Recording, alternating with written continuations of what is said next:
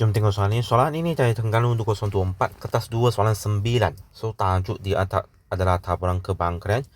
So diberitahu kami ini BMI bagi peserta adalah taburan normal dengan min 22.5 dan sisian piawai 2.2. So peserta tu di kategori dalam jadual macam ni lah. Okay. So dia beritahu kami kebangkaian bagi mempunyai BMI kurang daripada 24 adalah ni. So A tu, okay, 10 orang peserta dipilih lah. So dia minta kami cari kebangkaian tidak kurang 8 orang. So mereka BMI ada kurang dari 24. So dia nak kami guna maklumat untuk sini. So soalan A ni adalah taburan binomial. So di sini kami ambil P sebagai 0.85. So Q equal to 0.15. So kalau ikut ayat dia nak X berapa? Tidak kurang 8 orang. So bermaksud X lebih besar atau equal to X. So ini kami guna definisi lah. Jadi 8, 9 dengan 10. Sebab 10 peserta sajalah. Dan sini kami guna formula. So tulis sajalah. Semua ganti sahaja. Okay. Then 10C9 0.85 power 9 and 10 0.15 power 1 and 10C10 lah, and 0.85 power 10 ni. Okay. Dan this one kamu one shot, kamu akan dapat lebih kurang 0.8202.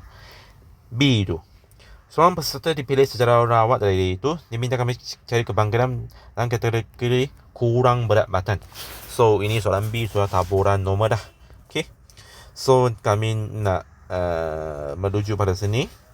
So sini dengan maklumat sini lah. Okay. So sini dia mau P kurang berat badan bermaksud PX smaller than 18.5. So sini kami mau tukarkan lah. Jadi skor Z. So P jadi Z.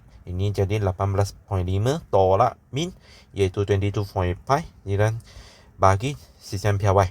So sini PZ smaller than negative 1.25. Then this kamu boleh terus cari nilai dia dari jadual. Okay. So this one you get this. B2 tu diberi 67.7%. So peserta dalam kategori normal. Dia minta kami wakil situasi tu dengan melakar graf taburan normal piawai. Okay. So 67.7%. Okay, ini yang normalnya. Okay. So bermaksud sini. So sekarang kami mau lakar itu graf lah. Okay. So something like this. Okay. So this one is Z. Okay. So sini sebab dari soalan B1 tu kamu sudah dapat ini kan. Kamu gunakan di 18.5, kamu sudah dapat ni kan. So this one negative 1.25. Okay. Then this kamu mau ganti dengan M tolak 22.5. Then this one is 3.2. Okay. So this one sebab sini kamu tak tahu, tak pasti M ini adalah kamu tak pasti bahagian ini adalah positif atau negatif. So sini saya tak lakar itu paksi exact. Okay. So this one roll right sini. Okay. So sini kamu boleh label jugalah macam ni lah. Okay. So dia minta kami cari nilai M. Dia nak kami ungkapkan rantau beroleh dalam tanda kebalikan. So bermaksud P negative 1.25 ni, okay, sama dengan M minus ini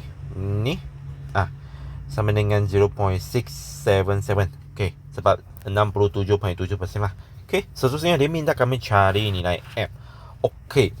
So di part B1 tu kamu sudah cari nilai kebangkaian ini kan. Nilai kebangkaian ini sebenarnya adalah sini punya. Okay. So dia nak kami cari nilai M. So kami sebenarnya boleh cari P.